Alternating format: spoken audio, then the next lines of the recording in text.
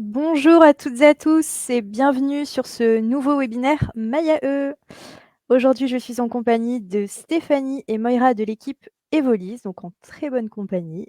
Et je vais commencer par les laisser se présenter. Bienvenue à vous deux, Stéphanie et Moira. Bonjour, donc moi c'est Stéphanie, je suis ravie d'être avec vous pour cet événement. Donc je suis chef de projet chez Evolis depuis plus de 4 ans et je m'occupe notamment de la formation client sur Evolis. Ok, super, merci. Est-ce que Moira, tu peux nous en dire un peu plus à ton sujet aussi, s'il te plaît? Oui, est-ce que tout le monde m'entend bien? On t'entend bien. Ouais, super. Alors déjà, merci Cécile de m'accueillir. Donc comme tu l'as dit, moi je suis Moira, je travaille au service commercial du logiciel Evolis depuis bientôt 3 ans et j'aide à la prise en main du logiciel.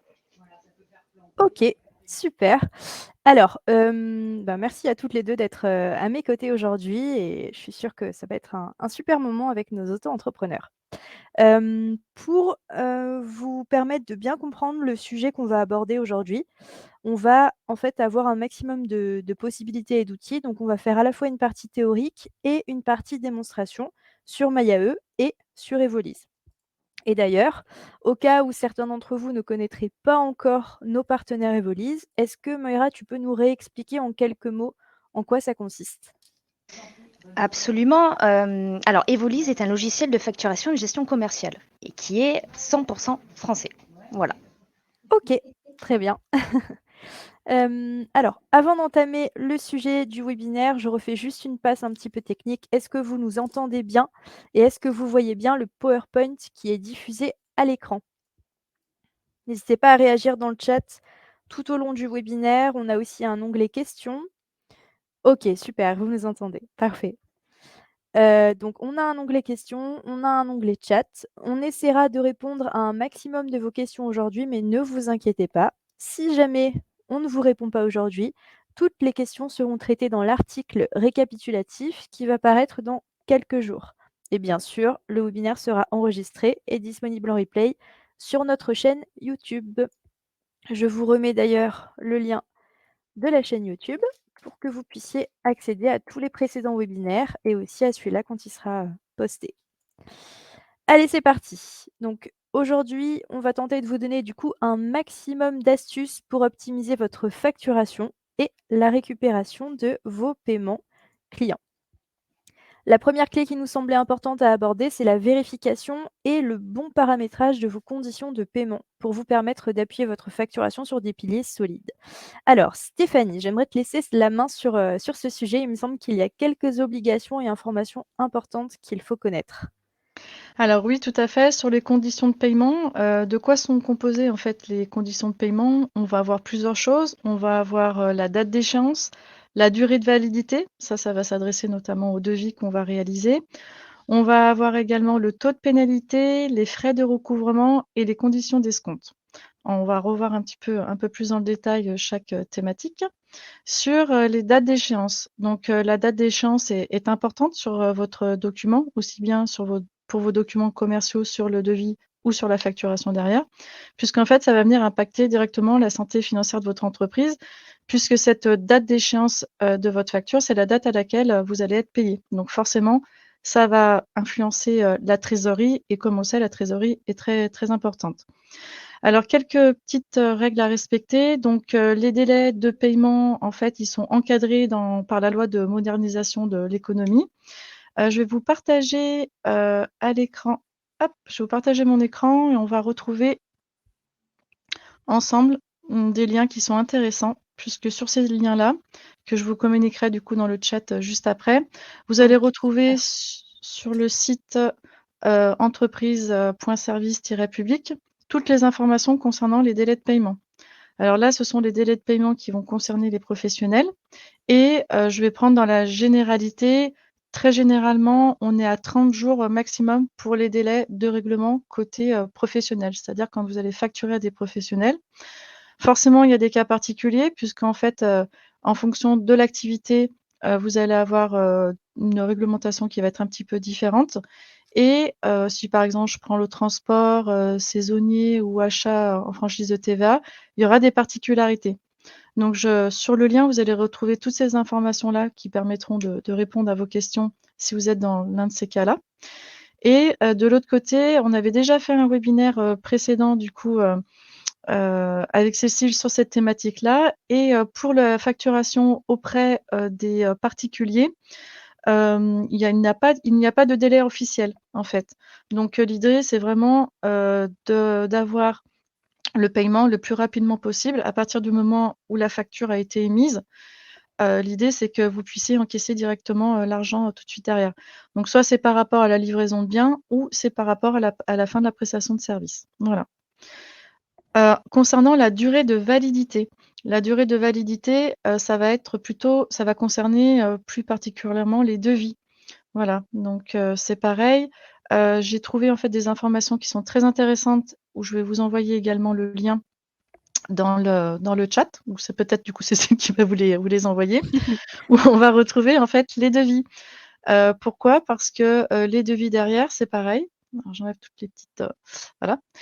Les devis, comment ça marche? Il y en a certaines activités où il y a une obligation en fait d'émettre un devis. C'est pas toutes les activités. Du coup, vous avez toutes les informations que vous allez retrouver sur ce site-là pour voir dans quel cas vous vous positionnez. Et derrière, c'est la même chose. Votre devis, vous avez aussi des mentions à indiquer. Voilà. Je prends un détail, le prix de la manœuvre, le frais de déplacement, voilà. Il y a des choses comme ça à savoir. Il y a aussi, on va dire, du formalisme en ce qui va en pardon, en ce qui concerne les devis. Alors tout ça, c'est des liens que vous allez avoir par la suite pour aller un petit peu plus dans le détail. Oui, on mettra tout dans le je t'interromps juste 2 petites secondes pour préciser que tous les liens seront disponibles dans l'article récapitulatif et qui va vraiment être publié dans les jours à venir. Donc vous inquiétez pas, vous aurez tout. Mmh. Juste une notion aussi qui est importante puisque là on est sur la durée de validité, hein, puisqu'on est dans les conditions de paiement. La durée de validité, il n'y a pas de texte qui va imposer une durée de validité pour vos devis. Il faut juste savoir que très généralement, on est sur d'usage, on est à 3 mois. Voilà, mais il n'y a pas de règle proprement parlée. Ce qu'il faut quand même retenir, c'est qu'en fonction de votre activité, la durée de validité de votre devis peut vraiment varier. Heu, on se rend compte actuellement qu'il y a une inflation, que notamment, les prix, varient très, très vite. Ça fait qu'il y a certains entrepreneurs qui vont avoir, des durées de validité qui vont être beaucoup plus restreintes, qui peuvent aller même jusqu'à 15 jours parce que le prix de la marchandise, il évolue tellement rapidement que ce prix-là, il va être maintenu, mais que pour un temps très limité. Donc, la durée de validité de devis aussi est importante puisque derrière, vous vous engagez aussi à vendre, à ce prix-là et si effectivement les prix, varient de l'autre côté, bah, faut que vous puissiez, aussi, vendre au bon prix. Voilà. Donc ça, c'est important, également et puis adapter en fonction de votre activité. Ça, c'est pour le devis. Un autre élément, qui est obligatoire aussi sur, vos documents, sur les conditions de paiement, c'est les taux de pénalité. Alors, le taux de pénalité, c'est une pénalité en cas de retard. Donc c'est une sanction qui va s'appliquer à l'acheteur qui, ne va pas payer en fait dans les délais qui ont été, convenus. C'est-à-dire que sur votre facture, ou sur le devis, vous allez avoir une date d'échéance. Si cette date d'échéance n'est pas retenue, vous pouvez facturer des pénalités de retard puisque, le client n'a pas payé, dans les temps. C'est pareil, là, on peut retrouver, plusieurs taux de pénalité, mais très généralement, on le verra d'ailleurs dans les outils, quand, Moïra et Cécilien vont faire les présentations, qu'on a la possibilité, on va dire, de mettre des choses qui sont d'usage et très généralement, on est à 3 fois le taux de l'intérêt, légal, voilà, ce qui représente à peu près, 2-30 à peu près, hein, à Ah oui. partir de juillet 2022, voilà. C'est des choses aussi des mentions qu'on va indiquer également, dans ces documents commerciaux. Et la troisième mention, ça va être les frais de recouvrement. Une mention aussi qu'on indique sur ces documents, ça va être les frais de recouvrement en cas de retard de paiement qui sont, cumulatifs avec les taux de pénalité. Et là, ça va être une mention qui va être, une indemnité forfaitaire de 40 € et qui est par document. Voilà, c'est pas pour un ensemble de factures, c'est par facture. Voilà sur les mentions, enfin, tout ce qui concerne en fait les conditions de paiement. Une autre condition de paiement, ça va être également les conditions d'escompte. Ça peut vous permettre aussi d'inciter votre client à vous payer avant la date d'échéance. Alors sur les usages, on peut trouver, plusieurs taux, hein, de conditions d'escompte. on peut retrouver du 2 C'est-à-dire que si votre client vous paye votre facture avant la date d'échéance, et ben, à ce moment-là, il pourra vous payer il pourra, enlever 2 de sa facture à vous régler derrière. Ça aussi, ça permet, d'inciter votre client à vous payer, on va dire, plus rapidement et vous payer en temps et en heure puisque comme on le sait, la trésorerie, c'est vraiment un point essentiel, dans toute activité, pour toutes les activités. Voilà sur cette partie-là. Je te laisse reprendre la main du coup, Cécile? Yes, merci, pour toutes ces précisions. Et ben, écoutez, pour illustrer un petit peu justement tout ce que vient de nous dire Stéphanie, je vous propose qu'on aille faire un tour, sur un compte MyAE. Donc je vais vous partager mon écran. Hop, et on va aller voir en direct justement comment est-ce qu'on fait pour paramétrer ça. Donc actuellement, je suis sur le tableau de bord d'un compte test MyAE. Je me rends dans mon compte, gérer mon compte et je vais aller dans préférences. On a ici du coup personnalisation des documents comptables. Donc Stéphanie, justement, par rapport à tout ce que tu nous as dit, est-ce que tu peux nous faire un récap Oui. express pour qu'on voit vraiment concrètement sur MyAE qu'est-ce que ça donne? Alors, comme on l'a vu tout à l'heure sur les mentions, des conditions de paiement, donc il y a des prérequis, bien évidemment, ça s'adapte à votre activité. Sur la date d'échéance, comme on l'a vu tout à l'heure, très généralement, c'est maximum 30 jours quand vous allez vous adresser à des professionnels, voilà. La durée de validité, ça peut varier, hein, on peut aller sur 30 jours, 15 jours quand vous êtes dans des activités où les prix vont varier énormément. Sur les taux de pénalité, on est à 2,31 par exemple et sur les frais de recouvrement, vous pouvez cocher la petite case, ce qui permettra d'avoir, c'est un montant forfaitaire de 40 € qui sera indiqué sur votre document. Et les conditions d'escompte, si vous souhaitez, mettre des conditions d'escompte pour inciter votre client à vous payer, plus rapidement, mais c'est bien évidemment, c'est pas une obligation puisque derrière, si vous mettez un taux d'escompte, vous encaisserez moins puisque vous aurez, 2 Eh oui. de moins. Voilà. OK, super et surtout, c'est J'en Oui, je profite juste pour une petite astuce aussi que je voulais donner parce qu'on me pose très, très souvent, la question du coup sur la durée de validité des documents. Est-ce que tu veux d'abord finir peut-être Cécile avant que j'entame, j'allais juste préciser qu'il fallait toujours penser à bien enregistrer les modifications, c'est tout. pardon. Voilà. Excuse-moi, je t'ai un petit peu coupé la parole. Je voulais Aucun en profi problème. je voulais en profiter également, pour reparler de la durée de validité des documents. C'est une question qu'on me pose très régulièrement. Donc je voulais en profiter, également alors je vais repartager du coup mon écran. Pareil, hein, vous aurez le lien comme on l'a dit tout à l'heure. Il y a un site qui est très bien fait ici. Donc là, je vous ai donné le raccourci pour les délais de paiement, pour les documents, professionnels. Ça existe aussi pour les documents particuliers. Ou ici, par exemple, si je prends, les pièces comptables, vous allez retrouver, par exemple, si je prends un bon de commande, c'est 10 ans donc que vous devez conserver ce document-là. Voilà, vous avez toutes ces informations-là, documents civil et commercial, pièces comptables, documents fiscal, enfin toutes ces informations-là, vous allez les retrouver sur ce site et comme ça vous permettra, quand vous avez besoin, de reprendre un petit peu les règles sur la durée de conservation, des documents, qui est aussi, un élément, à prendre en compte et puis, à gérer dans votre activité, au quotidien. Voilà, je te laisse la parole. OK, super. Ben, merci encore une fois Stéphanie pour toutes ces précieuses informations. Après ce qu'on a vu, du coup, en théorie et en pratique sur MyAE, j'aimerais bien, Moira, si tu pouvais nous faire une petite démonstration sur Evolis pour qu'on puisse voir un petit peu comment on met les conditions de paiement par défaut ou des conditions particulières, par exemple, pour des clients. Je sais qu'il me semble que c'est possible sur Evolis. Absolument, absolument. Je suis en train de partager mon écran. Vous me dites si vous voyez bien mon On écran. voit bien ton écran. Parfait. Alors, pour rebondir du coup, moi du coup, donc je vais vous montrer ce qui se passe sur Evolise. Il faut savoir qu'on a la possibilité d'attribuer des conditions de paiement via des clients.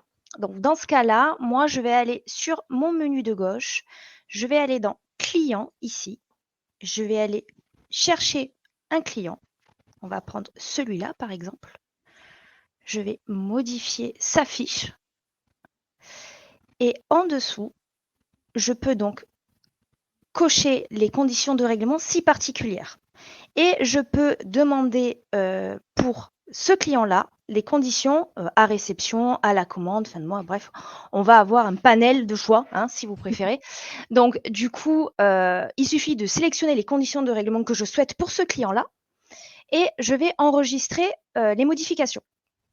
Qui fait que quand je vais aller dans mon onglet Vente, Facture, en cliquant pour créer une nouvelle facture ou un devis, un document de vente, en allant chercher mon client, automatiquement, je vais avoir les conditions de règlement qui vont s'appliquer par rapport à mon client.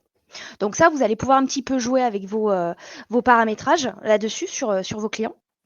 Et si vous voulez quelque chose de beaucoup plus général, directement dans nos paramètres, vous pouvez avoir la possibilité de mettre des conditions de paiement par défaut et donc par client. Dans ce cas-là, il suffit d'aller dans nos paramètres, conditions particulières des documents par défaut. Et là, vous allez avoir la possibilité de mettre des conditions de règlement à la commande, fin de mois, etc., comme ce qu'on a vu précédemment. Je vais mettre 15 jours.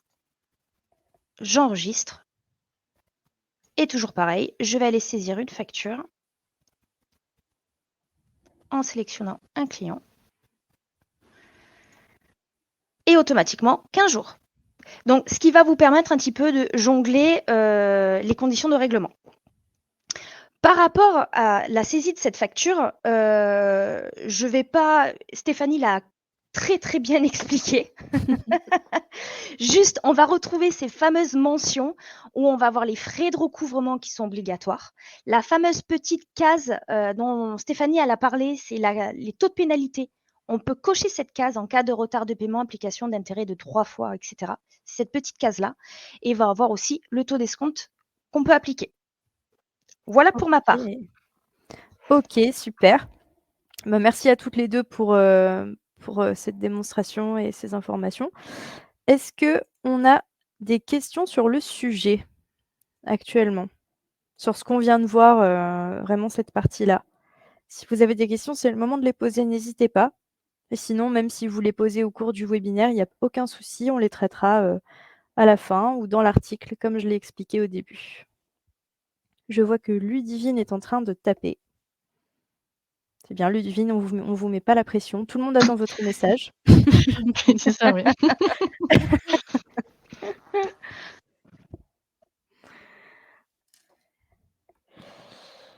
Y a-t-il une possibilité de récupérer les données d'un autre logiciel comme Inco?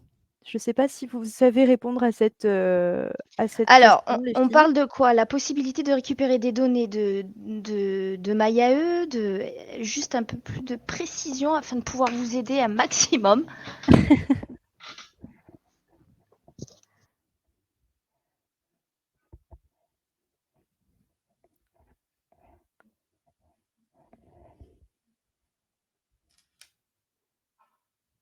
Pour un client particulier, la mention date d'échéance est-elle obligatoire?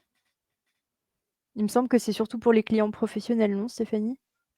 Oui, tout à fait, oui. Sur les professionnels, effectivement, la date, elle l'est, mais très généralement, pour les clients, c'est à réception, très généralement. Ok, très bien.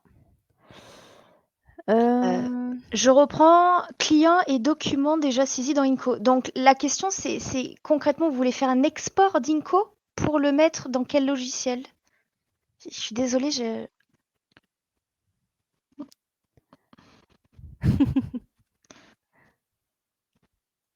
Alors, Eric, je rebondis sur votre question. Pourquoi facturer avec Evoli si avec MyAE, j'ai déchiffré vos petits messages, ça fonctionne très bien?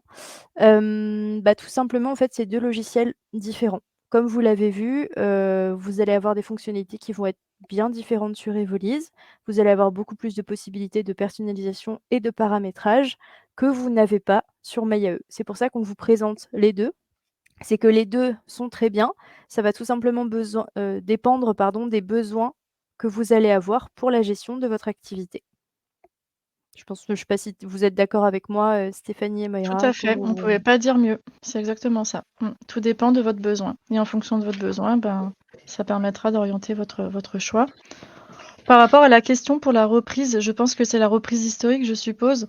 Alors si c'est ça, effectivement, on peut faire des reprises historiques. Enfin, je vais peut-être te laisser faire, Moira. Je pense que c'est une reprise historique sur les données, la base client, les factures, je suppose que c'est Alors, ça? ouais, parce que oui, Emailleuse, c'est possible. Donc, je vais essayer, voilà, moi, côté Evolise, en tout cas, on peut faire une reprise historique. Alors, on va pas rentrer dans l'aspect un peu technique, parce qu'on est justement là pour vous accompagner. Donc, s'il y a un souci, vous m'appelez et je me ferai un plaisir de vous parler, de vous expliquer. Mais oui, via des gabarits, on peut faire une reprise historique dans le logiciel Evolise, sans aucun souci. J'allais juste te dire, le prérequis, c'est que vous puissiez, sur votre autre outil, exporter la donnée. Si vous pouvez exporter la donnée, voilà. Après, il y a des retraitements, voilà, pour pouvoir Oui. le faire. Oui. Même principe sur MyAE, du coup, il est totalement possible, d'importer, certaines données sur votre compte MyAE, mais tout dépend après, de l'export que vous avez de base et les gabarits que vous avez aussi. OK et ben, je vous propose de passer, au deuxième thème de ce webinaire. Continuez à poser vos questions dans le chat, n'hésitez pas et on essaiera d'y répondre, autant que possible. Donc, on va aborder maintenant le processus de suivi de vos documents. Alors, envoyer un document en bonne et due forme avec les bonnes mentions, c'est bien, mais c'est aussi important de poursuivre les bonnes pratiques. Donc, pour connaître les meilleures astuces pour suivre vos documents de manière vraiment structurée et en anticipant un maximum, je vais vous laisser entre les mains expertes de Moira pour une autre démo sur Evolise. Allez, hop, je vais repartager tout ça.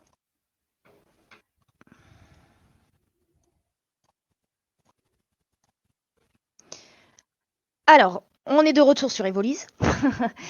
Donc, on va avoir cet onglet qui est l'onglet Relance. Alors, j'insiste sur le fait que tout doit être bienveillant. Hein. Le but étant, quand on fait une relance ou une pré-relance, c'est ce que je vais vous expliquer maintenant, c'est de se faire régler les factures. D'accord? Donc, avant tout, il y a la possibilité de faire ce qu'on appelle une pré-relance. Donc, dans l'onglet relance, on va avoir les factures qui arrivent à échéance. Ce qui veut dire que ce sont des factures qui ne sont pas encore en retard de paiement. D'accord?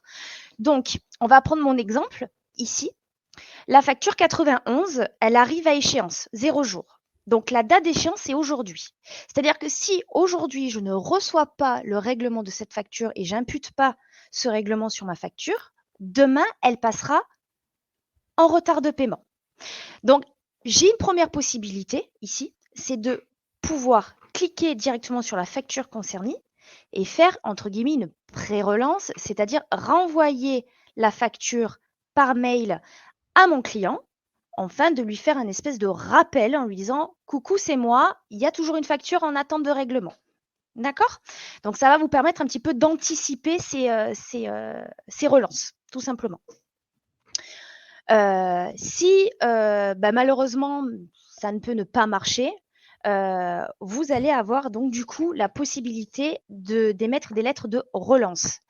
On va toujours retourner dans relance ici et on va avoir le retard de paiement ici. Donc là, le logiciel, lui, il est capable de me dire toutes les factures qui sont impactées par ce retard de paiement et le nombre de jours de retard.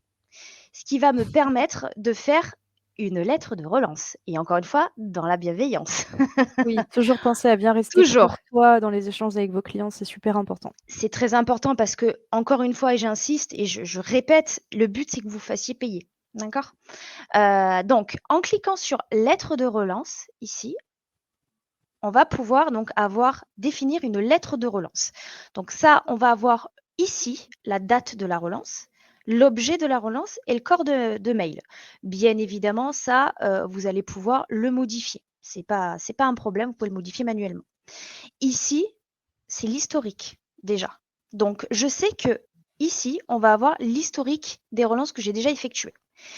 Et de ce fait, on peut aussi aller plus loin, c'est-à-dire qu'on peut choisir le modèle de relance. Il y a 3 niveaux techniquement de relance. On va avoir une lettre de relance, une première relance. Donc, je l'ai appelée lettre de relance 1. On va avoir la lettre de relance 2. Deuxième fois que vous relancez votre client. Et là, c'est la mise en demeure. Donc, la troisième relance. La mise en demeure, techniquement, vous l'enregistrez et vous l'envoyez en recommandé accusé de réception pour être sûr que votre client l'ait bien reçu en main propre. Donc, je peux effectivement gérer des modèles personnalisés pour pouvoir avoir plusieurs modèles de lettres de relance. Il suffit du coup d'enregistrer ici. Donc, je reste sur une lettre de relance standard, la une, et je vais pouvoir soit télécharger cette lettre de relance, soit l'envoyer par mail. Ce qui va vous permettre en fait de bien générer, enfin de bien vous organiser sur vos relances et savoir où vous en êtes. Est-ce que quelqu'un veut rajouter quelque chose? Surtout Stéphanie, est-ce que tu as besoin de nous dire quelque chose à ce sujet? Pas du tout, c'est très, très bien ton explication. Voilà, très bien. Ah, attendez, je vais arrêter mon partage. Merci Moira, de nous avoir montré ce que ça donne sur Evolise. Je vous invite encore une fois à rester vraiment vigilant sur l'observation de vos documents dans le temps, après les avoir communiqués à vos clients. Comme vous l'avez vu, il y a plusieurs étapes avant d'en arriver aux lettres de relance. Et d'ailleurs, Stéphanie, est-ce que tu peux nous parler un petit peu plus des diverses, comment dire, des obligations qui concernent les lettres de relance et les documents qu'on peut envoyer aux clients dans ce cas particulier où on essaye de récupérer un paiement? Alors tout à fait, donc je vous ai préparé un petit graphique, qui est très simple, hein, que vous pouvez aussi retrouver sur internet, mais il est très bien fait, c'est pour ça que j'ai souhaité le partager avec vous. Donc ce que vous avez à l'écran, ça vous permet en fait, d'avoir une visualisation, d'un suivi précis des créances clients. Donc ce qui est bien dans ce graphique-là, c'est que ça permet, d'avoir, les actions à mettre en place et aussi le moment où vous allez pouvoir mettre en place ces actions-là. Donc on a 2 choses, les actions et aussi, le cadencé dans le temps. Donc il est complet, alors d'avoir un processus de relance, c'est très important puisque ça permet, d'avoir un suivi optimum de votre trésorerie. Enfin, je pense que tout le monde, le sait, au vu des webinaires qu'on a fait, précédemment, notamment sur la gestion de la trésorerie, plus vous allez encaisser rapidement, vos factures, plus vous allez avoir un suivi précis et mieux, votre société se portera. Voilà. Donc là, c'est vraiment un point crucial et la proposition est la suivante. Comme l'a montré tout à l'heure, Moïra, c'est effectivement d'envoyer une pré-relance. Donc ça permet juste de dire: «Attention, ah ma facture arrive bientôt à échéance, elle sera à payer». C'est juste une information. Comme le disait très bien Moïra, c'est important de rester courtois, ça c'est sûr. Voilà, surtout dans une pré-relance. Dans un niveau 2, dans un niveau 1 pardon, après la pré-relance, donc on peut attendre, entre, à peu près 7 jours, hein, ça va dépendre aussi, du processus que vous voulez mettre en place. Après la date d'échéance pour dire: «Bah, ma facture, elle a pas été payée», donc ça c'est important. On rappelle simplement, cette information-là. La relance numéro 2, ça peut être entre 8 à 30 jours, voilà, au niveau du retard. Et la troisième relance est, très importante puisque c'est le dernier appel avant une procédure en contentieux. Voilà, donc ça, c'est super important.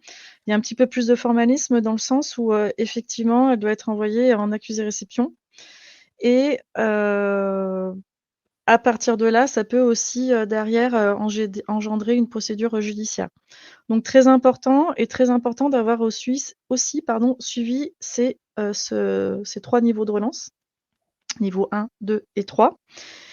Et alors encore une fois, c'est recommandé aussi de contacter, son client après avoir envoyé le courrier de relance. Ça permet dans certains cas, bah, de relever, des litiges ou alors des motifs que vous n'avez pas forcément à votre connaissance, qui font que votre facture elle est pas payée derrière. Donc c'est vrai qu'il y a peut-être des éléments qui bloquent, vous en avez pas connaissance et le fait d'avoir un appel téléphonique, ça vous permettra d'avoir de l'information. Alors c'est un point qui n'est pas à négliger, la relance téléphonique, même si on fait des relances, effectivement, par mail, voilà. Et c'est vrai que parfois ça peut être aussi générateur, de temps et puis c'est pas forcément tout le temps agréable à faire, mais derrière, ça vous permet aussi, de bien indiquer aussi à votre client de l'autre côté que vous faites un suivi. Moi je vous Oui, puis il y a rappelle ce côté juste ouais. humain aussi qui est important, qu'on n'a pas forcément par mail, comme tu disais, de pouvoir récupérer toutes les informations qu'on n'aurait pas par mail, par téléphone, c'est quand même important. On a plus de détails et plus d'échanges, plus de Tout relationnel. Tout à fait. Alors, moi, dans mes précédentes expériences, j'ai eu travaillé, en comptabilité, fournisseur et parfois le fait que le qu'on soit appelé, ça engendrait le paiement derrière. Donc quand il y a une trésorerie qui est un peu aussi tendue de l'autre côté, le fait, d'avoir une relance derrière, c'est quand même aussi, important puisqu'on se dit: «Bon, bah, il m'a relancé, OK, bah, je le mets au règlement». Voilà. Ça peut être aussi des choses comme ça quand vous êtes, en flux tendu, voilà, c'est des détails, mais au final, ça compte cet appel téléphonique. Puis oui, bien évidemment, Cécile, tu as raison, l'aspect aussi relationnel, surtout quand vous êtes avec des clients, que vous connaissez, avec qui vous travaillez depuis, plusieurs années derrière. Mmh. Ensuite sur la slide suivante, vous avez, un récapitulatif, hein, des différents niveaux de relance. Donc la première ligne correspond à l'objet, hein, ce qu'on va indiquer, dans l'objet de sa lettre de relance. Donc, lettre de relance de facture impayée, première relance. Pareil pour la deuxième et la troisième. Ce qu'il faut aussi, savoir, il faut joindre la facture, hein. Il faut bien joindre sa facture, quand vous faites votre lettre de relance, pardon, joindre la facture qui va avec. Deuxième lettre de relance, idem et si possible, de remettre la première lettre de relance que vos clients, ce que vous avez envoyé précédemment avec la pièce jointe et la troisième de relance, identique où vous joignez, l'intégralité. Voilà et effectivement la troisième lettre de relance, pardon, est importante puisque comme, on vous le disait tout à l'heure, c'est une lettre qui va peut-être, pousser à avoir des procédures, par la suite, si, vous n'avez pas le paiement. Hem et si c'est le cas, bah, vous aurez besoin de prouver que vous avez fait le nécessaire, en tout cas, pour récupérer votre créance. Donc c'est important d'avoir un suivi derrière et puis de regarder très régulièrement où vous en êtes dans vos relances clients. Parce que malheureusement, ça peut, si vous avez une grosse facture derrière, vous êtes pas payé, ça peut vous mettre aussi, en difficulté derrière. Oui, il faut pas Voilà, laisser traîner. ouais, tout à fait.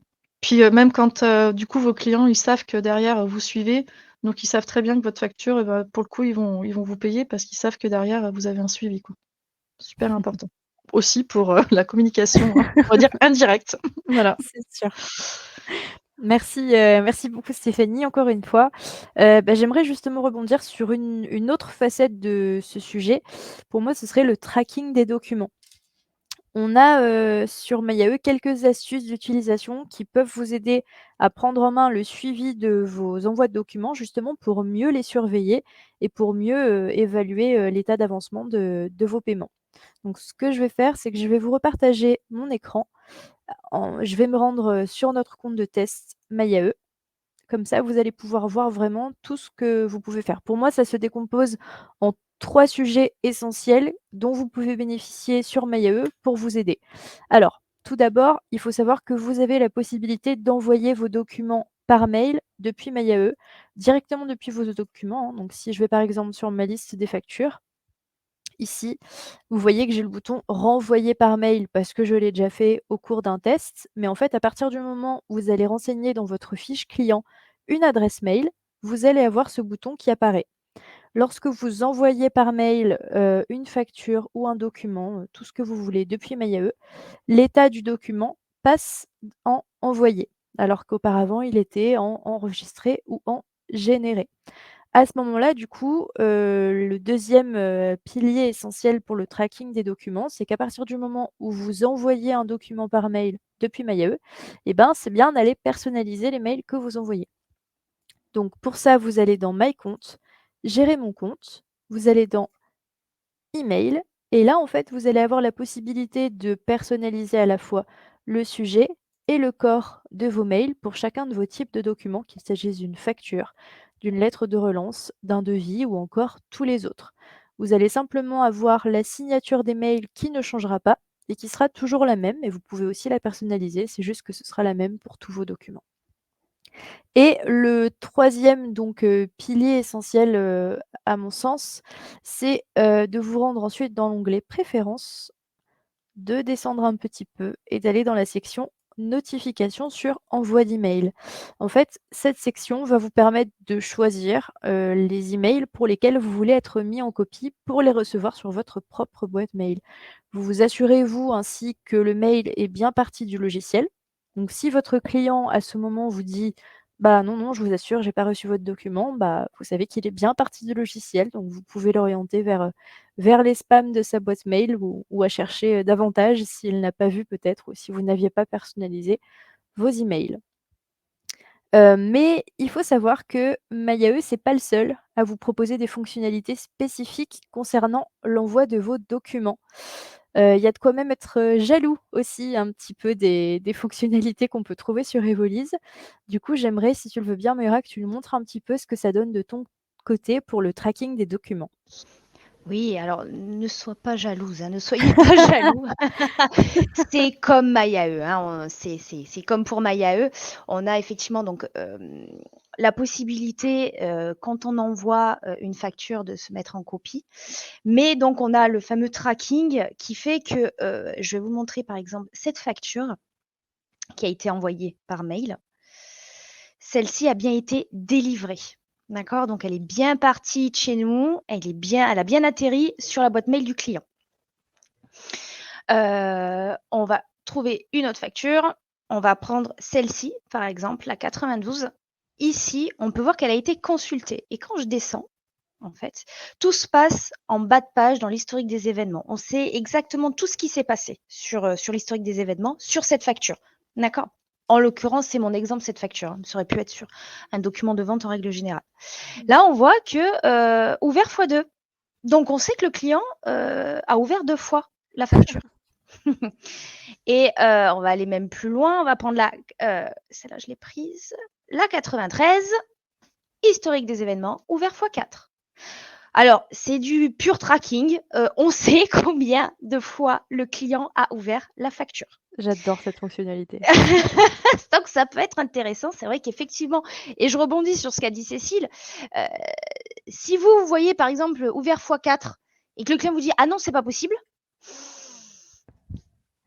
insistez auprès de votre client pour être Faudra sûr quand qu'il même est... rester courtois, comme on Voilà, a dit. restez courtois, hein, mais insistez, savoir s'il se trompe pas de mail ou voilà, parce que nous, vous savez, en informatique, ça ment pas, hein, c'est des traceurs, donc à point A, point B, ça ouvre, hein, il y a pas de, on ment pas sur ça, quoi. Donc voilà, ce qui va vous permettre un petit peu de savoir, déjà, voilà, si c'est bien délivré, si c'est bien ouvert.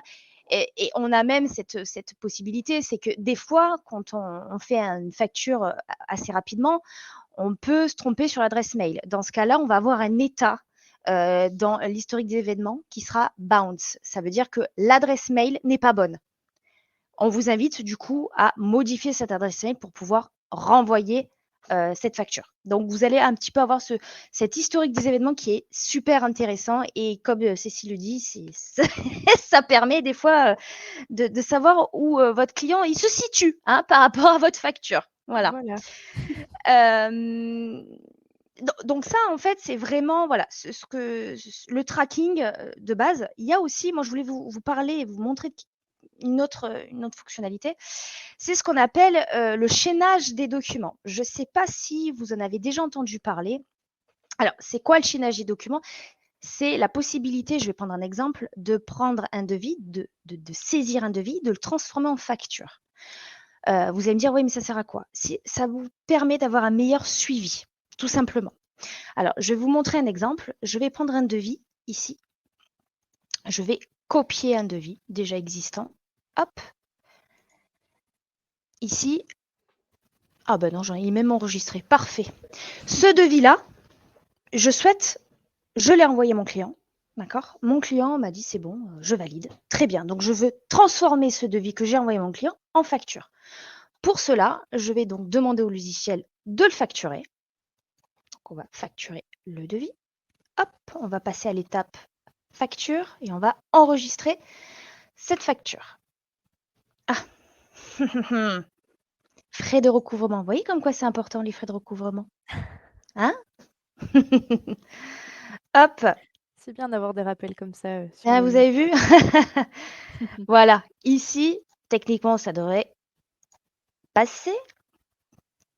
Voilà, donc j'ai ma facture qui est enregistrée. Et en descendant tout en bas, on va avoir le devis qui est lié. Ça peut être intéressant si vous vous souvenez plus du devis ou vice-versa, vous vous souvenez du devis mais pas de la facture. Ben, c'est ce qu'on appelle donc le chaînage des documents. Vous allez avoir les documents qui sont liés. Si je clique dans le devis, je vais atterrir sur le devis et vice-versa, je vais aller en bas du devis et j'aurai ma facture qui est liée. Donc, ça va vous permettre voilà, d'avoir un meilleur suivi sur l'état de vos documents. Donc, n'hésitez pas si vous avez des questions.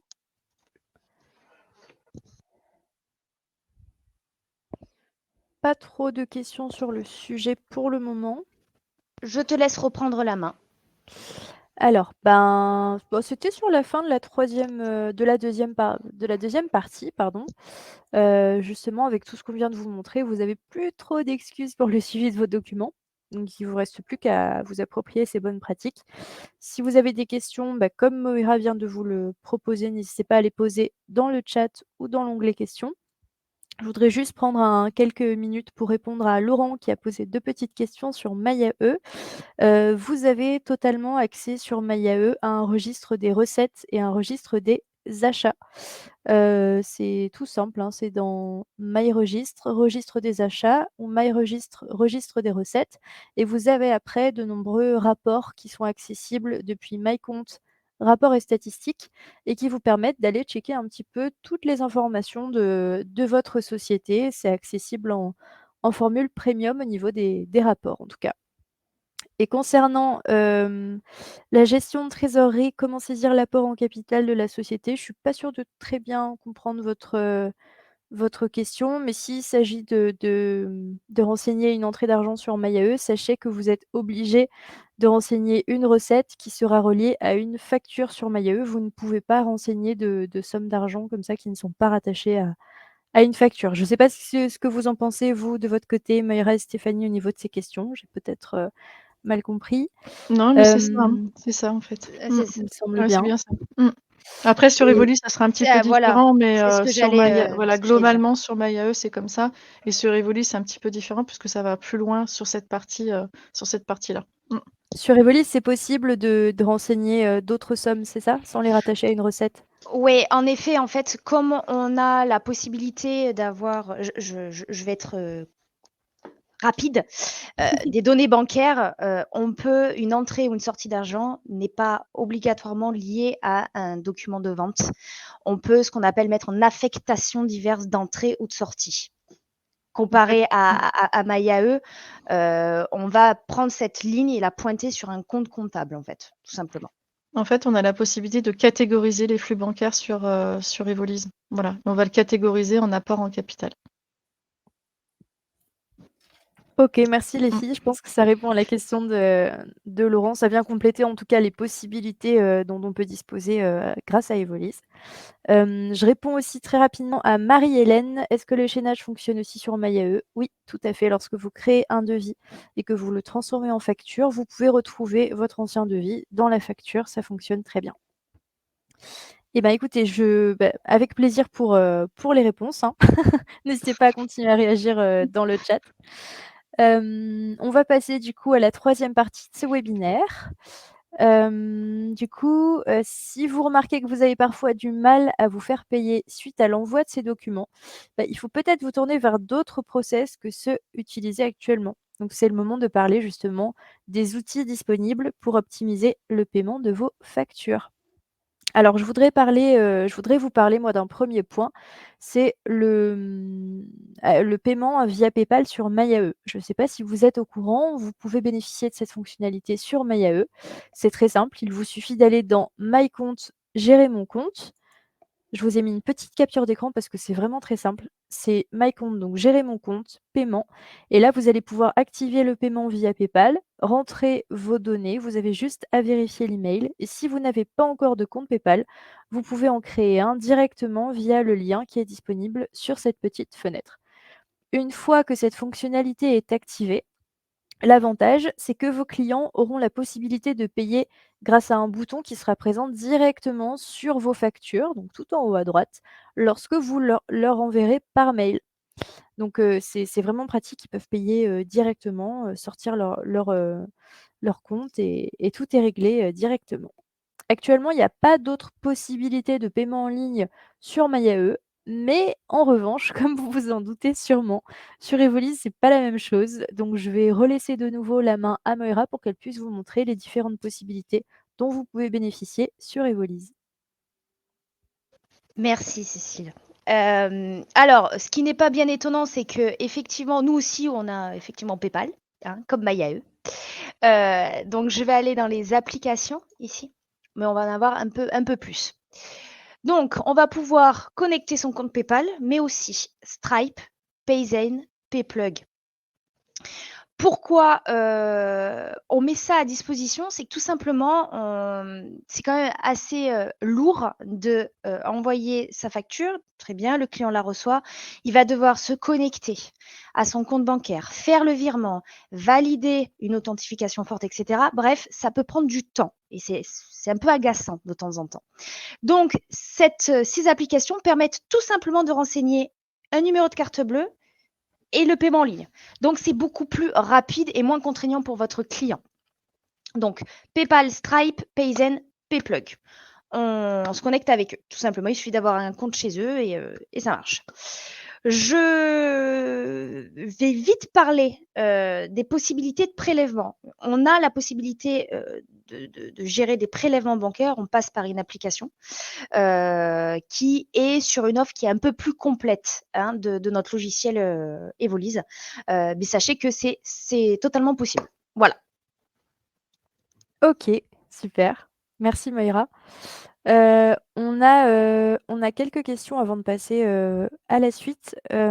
Laurent qui nous redisait donc: «Je pense donc que le principe est le même pour le versement de mon salaire de mon compte pro vers mon compte perso sur MyAE. Donc de mon côté, j'ai répondu comme tout à l'heure, toute rentrée d'argent sur MyAE, pardon, doit correspondre à une recette et à une facture. Je ne sais pas comment ça se passe du côté d'Evolise. De votre côté, Stéphanie, Moira, est-ce qu'on a quelque chose, de spécifique pour, indiquer le salaire qu'on perçoit? Vas-y Steph, je t'en Ah prie. oui, bah oui, ouais, ça va être Je sens facile. que ça te démange de répondre, Non, je non, le non, sens. mais après tu peux, il y a pas de souci, hein. Oui, Vas-y. effectivement, sur Evolise avec, avec la catégorisation des flux bancaires, puisque la banque, sur certaines offres est, synchronisée en temps réel. Du coup, vous avez la possibilité de catégoriser, le salaire, effectivement, alors, je sais pas dans quel sens c'est, hein, ça va dépendre de votre activité. C'est peut-être en sortie du coup? Je ne sais pas. En tout cas, effectivement, vous allez le catégoriser avec on va dire une catégorisation spécifique qui sera reliée à un compte comptable derrière et que votre expert comptable pourra récupérer derrière. Mais c'est possible de le faire effectivement. Après, on a des questions sur, la TVA pour, une petite entreprise ou auto-entrepreneur. Ça va être, c'est des informations, je pense que qui sont disponibles sur le site, hein, je crois, Cécile, hein, sur les, Alors, plafonds, les seuils et tout ça. moi, j'ai juste pas très bien compris la question, en fait. Pour les documents, y a-t-il obligatoirement la TVA pour petite entreprise ou auto-entrepreneur? Ouais, je Hem, crois que je comprends. Ouais, c'est savoir si vous êtes Heu, soumis à la TVA ou pas, voilà. non? C'est dans ce sens-là? C'est ça. En fait, en étant micro-entrepreneur, techniquement, vous n'avez pas de TVA, sauf si vous dépassez un certain seuil. Et dans ce cas-là, vous êtes tendance à déclarer de la TVA. Donc la TVA n'est pas obligatoire techniquement pour une micro-entreprise, sauf si vous dépassez ce fameux seuil. le seuil de franchise en base de TVA. Mmh. Je pense qu'il y a des articles sur ce sujet d'ailleurs. Oui, mais Mmh. je peux répondre, directement ici. C'est-à-dire que sur MyAE, vous n'allez pas avoir de fonctionnalités qui vous permettent de gérer la TVA pour le moment. Donc si vous dépassez votre seuil de franchise en base de TVA, vous allez devoir passer sur un autre logiciel comme Evolise, par exemple, qui vous permet d'accéder à la gestion de la TVA. Donc n'hésitez pas, si vous êtes dans ce cas-là, à contacter l'équipe, à contacter Moira justement, pour qu'elle puisse vous en dire un petit peu plus sur comment est-ce que la TVA est gérée sur Evolise. Mmh. Et les seuils, ça dépendra de votre activité, hein. Vous avez plusieurs seuils qui existent, hein. Donc ça, c'est au Voilà, cas les par seuils, cas. on va pas les traiter ici au cas par cas, mais n'hésitez pas à vous renseigner, sur le site ou même à faire appel. On a un super partenaire aussi qui s'appelle Michel Durier, qui est un expert de la micro-entreprise, qui est disponible dans les bons plans MyAE et qui lui vraiment c'est un expert. Nous, on est un logiciel, donc on est là pour vous conseiller sur les fonctionnalités du logiciel. On vous donne un maximum d'infos, mais voilà, n'hésitez pas à faire appel vraiment à quelqu'un qui va être un pro de la micro-entreprise et qui va être capable de vous apporter du conseil sur la gestion de votre activité. Je vous propose qu'on continue un petit peu avec la suite du webinaire. S'il y a d'autres questions auxquelles on n'a pas répondu, vous inquiétez pas, on les traitera, dans l'article si on ne peut pas les traiter, juste après. Aujourd'hui, j'ai quand même la chance d'avoir l'équipe Evolise à mes côtés et vous aussi, vous avez de la chance de les avoir dans ce webinaire et j'aimerais également en profiter pour vous parler de 2 autres partenaires MyAE qui peuvent vous apporter des solutions concernant le paiement de vos factures. Vous avez certainement dû voir l'offre SumUp apparaître sur le site MyAE. On l'a lancée fin août et vous êtes déjà super nombreux à avoir utilisé le service, donc merci pour votre confiance. Merci d'utiliser nos bons plans. Mais pour ceux qui ne le savent pas encore, l'offre spéciale MyAE qui est mise en place justement avec SumUp, elle vous donne accès à un terminal de paiement, donc c'est un SumUp Air à 19 € au lieu de 29 € et elle vous permet aussi d'encaisser vos premiers 500 € sans aucun frais. Je prends l'exemple d'une boutique ou d'une vente en physique. On s'éloigne un petit peu de l'envoi des factures par mail, hein, on s'entend. Il faut savoir qu'aujourd'hui, un client va dépenser 25 à allez, 30 de plus s'il a la possibilité d'effectuer un paiement par carte, plutôt qu'en espèces ou avec un autre moyen de paiement. Une autre statistique, 7 personnes sur 10 ne repassent jamais dans une boutique qui ne prend pas la carte. La personne ne prend pas le temps d'aller retirer de l'argent. Ça vaut aussi quand on va faire des marchés, par exemple, les marchés d'artisans où vous allez vendre, vos prestations et vos productions en direct. Donc selon votre type d'activité, ça peut vous être super utile de pouvoir proposer le paiement en CB en direct avec une offre avantageuse spécialement pour vous les utilisateurs de MyAE. Donc je vous remets dans le chat le lien de cette offre. N'hésitez pas, vous serez entre de très bonnes mains. Et il y a aussi un deuxième partenaire dont j'aimerais vous parler, c'est Gcollect. Là, on tombe à pic avec tous les sujets dont on vient de parler. Lorsque vous avez une facture impayée et que malgré toutes vos relances et la courtoisie dont vous avez fait preuve, vous n'arrivez pas à récupérer votre recette, Gcollect va devenir votre allié numéro 1. C'est-à-dire que vous déposez une facture sur leur site, ils se chargent de récupérer votre recette pour vous. Ils prennent une commission uniquement s'ils arrivent à récupérer votre recette et leurs procédures sont super douces et courtoises. C'est-à-dire que vous ne vous mettez pas en conflit avec votre client. C'est vraiment leur slogan, c'est comme ça qu'ils font. Il n'y a pas d'agressivité, ils vous permettent de garder un très bon lien avec votre client. L'avantage, c'est qu'avec l'offre MyAE en cours, le dépôt de votre première facture, il est gratuit. Vous payez rien, même si c'est un succès et qu'ils arrivent à recouvrer votre facture, vous n'avez aucun frais. Donc je vous remets aussi dans le chat le lien de cette offre qui peut vous être utile. Je vous souhaite de ne pas en avoir besoin, mais bon voilà, au cas où, vous savez que vous avez un bon plan MyAE exprès pour vous aider là-dessus. Il faut savoir que Gcollect fait aussi partie des partenaires Evolise. Vous pouvez vous connecter entre les deux plateformes lorsque vous êtes utilisateur Evolise pour importer directement et rapidement vos factures Evolise en retard de paiement sur votre compte Gcollect et on vous met un petit lien du coup de démonstration dans le chat pour comprendre un petit peu plus comment ça fonctionne si un jour vous passez sur Evolise.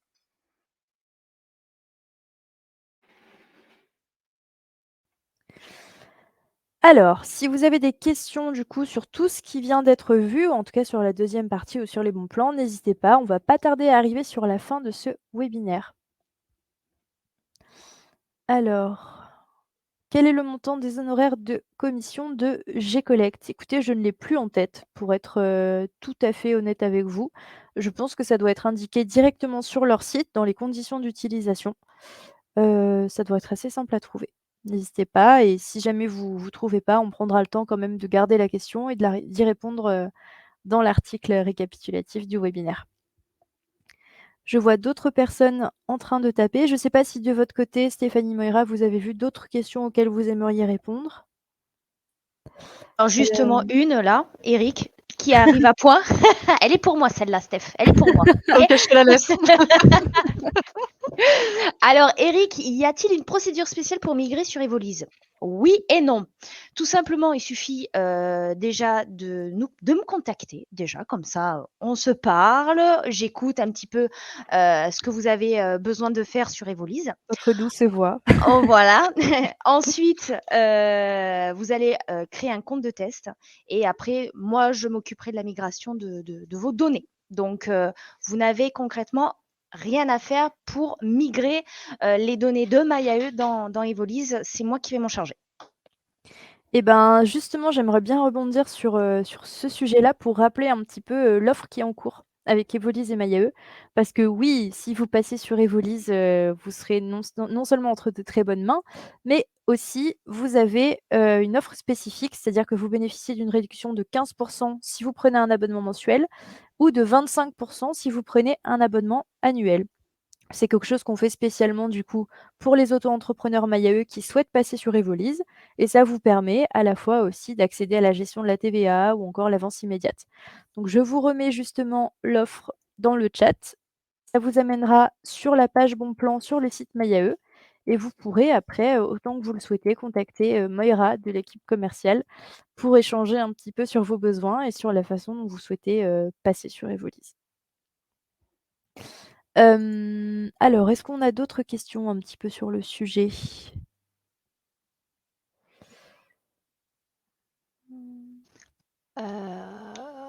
Raphaël, pour les paiements PayPal, il faut donc créer un compte pro sur PayPal relié à notre compte bancaire pro ou pas forcément? Nous,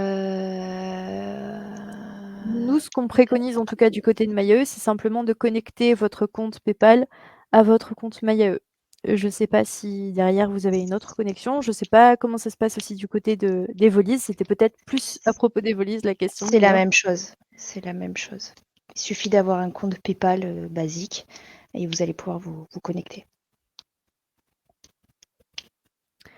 OK, super. Pour Fabien, j'ai dépassé mon plafond de TVA, mais ayant auto-liquidation de la TVA par le client, je continue à facturer hors taxe. Je peux rester sur MyAE du coup? Alors, moi, en toute honnêteté, je ne saurais pas répondre à cette question. Je sais Parce pas si parce qu'en Stéphanie, tu as fait, une idée? Fabien, il s'en occupe pas, c'est son client qui s'occupe de ça. Il a une particularité, c'est pour ça. Donc il a pas besoin, de le mentionner sur ses factures, je suppose. J'ai dépassé mon plafond de TVA, mais auto-client pour le client. Ah, il facture à l'étranger. De toute façon, si vous avez pas de TVA, oui, vous pouvez continuer sur Evolis. C'est au moment où vous allez devoir, facturer avec de la TVA où là, faudra changer effectivement. Oui, vous Mmh. pouvez continuer Voilà, c'est sur ça. MyAE. Oui, tout à fait. Oui. C'est voilà, tant que vous n'avez pas, de gestion de la TVA, vous pouvez continuer à être, en toute légalité sur MyAE. Par contre, à partir du moment où votre activité nécessite la gestion de la TVA, nous, on va pas bloquer les fonctionnalités de notre côté parce qu'on connaît pas les cas particuliers de chaque auto-entrepreneur. Mais attention, il est de votre responsabilité de surveiller, comment dire? Les obligations qui vous concernent, vos seuils de chiffre d'affaires ou vos seuils de franchise en base de TVA et après de faire le nécessaire pour changer de logiciel, s'il le faut. Frédéric, on va pas traiter cette question aujourd'hui parce que ça concerne pas vraiment le webinaire, mais je vous promets que je la mettrai, dans l'article récapitulatif justement pour que tout le monde puisse un peu plus en bénéficier parce que vous êtes nombreux à nous poser cette question. J'ai beaucoup de retours aussi du support technique qui remontent ça. Donc vous inquiétez pas, votre question sera traitée, dans l'article récapitulatif, c'est promis. Eh bah, écoutez, je pense qu'on va s'arrêter là. On a déjà, pas mal traité de sujets et de questions. Merci en tout cas à toutes et à tous pour votre présence aujourd'hui. Merci à vous 2 aussi, Stéphanie et Moira, pour tous ces précieux conseils et ces démonstrations sur Evolis. J'espère que ça va, aider nos utilisateurs au maximum. Vous pourrez retrouver le replay et l'article récapitulatif d'ici quelques jours sur les réseaux sociaux et sur le site internet MyAE. Comme je l'ai dit plusieurs fois, les questions auxquelles on n'a pas répondu aujourd'hui en direct seront traitées dans l'article, ne vous inquiétez pas. Et dernière chose, n'oubliez pas, si vous êtes content d'utiliser le logiciel MyAE, si vous êtes content d'avoir des webinaires, des articles et tout ça, pensez à nous laisser un avis sur nos réseaux sociaux ou sur notre fiche Google My Business, ça nous aide vraiment énormément. Je vous remets le lien dans le chat. Je dis un immense merci à ceux qui le feront parce que voilà, ça c'est super important pour nous, donc voilà. Si vous êtes convaincus et que vous êtes heureux sur MyAE, n'hésitez pas à aller le partager sur notre page Facebook et sur notre compte Google My Business. Bah, écoutez, encore merci pour votre présence et puis de mon côté, je vous dis à très vite sur MyAE et encore un immense merci Stéphanie et Moira pour votre participation aujourd'hui. Bah, merci, Merci à toi. Merci à merci toi. merci Cécile de nous avoir invités avec Moira et merci aussi à tous les participants. C'est très agréable de faire un webinaire, en votre présence et en présence de tout le monde. Voilà, merci beaucoup en tout cas. On vous dit à bientôt et voilà, s'il y a des questions, pour ma part en tout cas en tant qu'Evolis, vous hésitez pas à me contacter, je me ferai un plaisir de vous répondre. Voilà. Merci beaucoup. Et une bonne soirée à toutes et à tous et à très bientôt. Au revoir.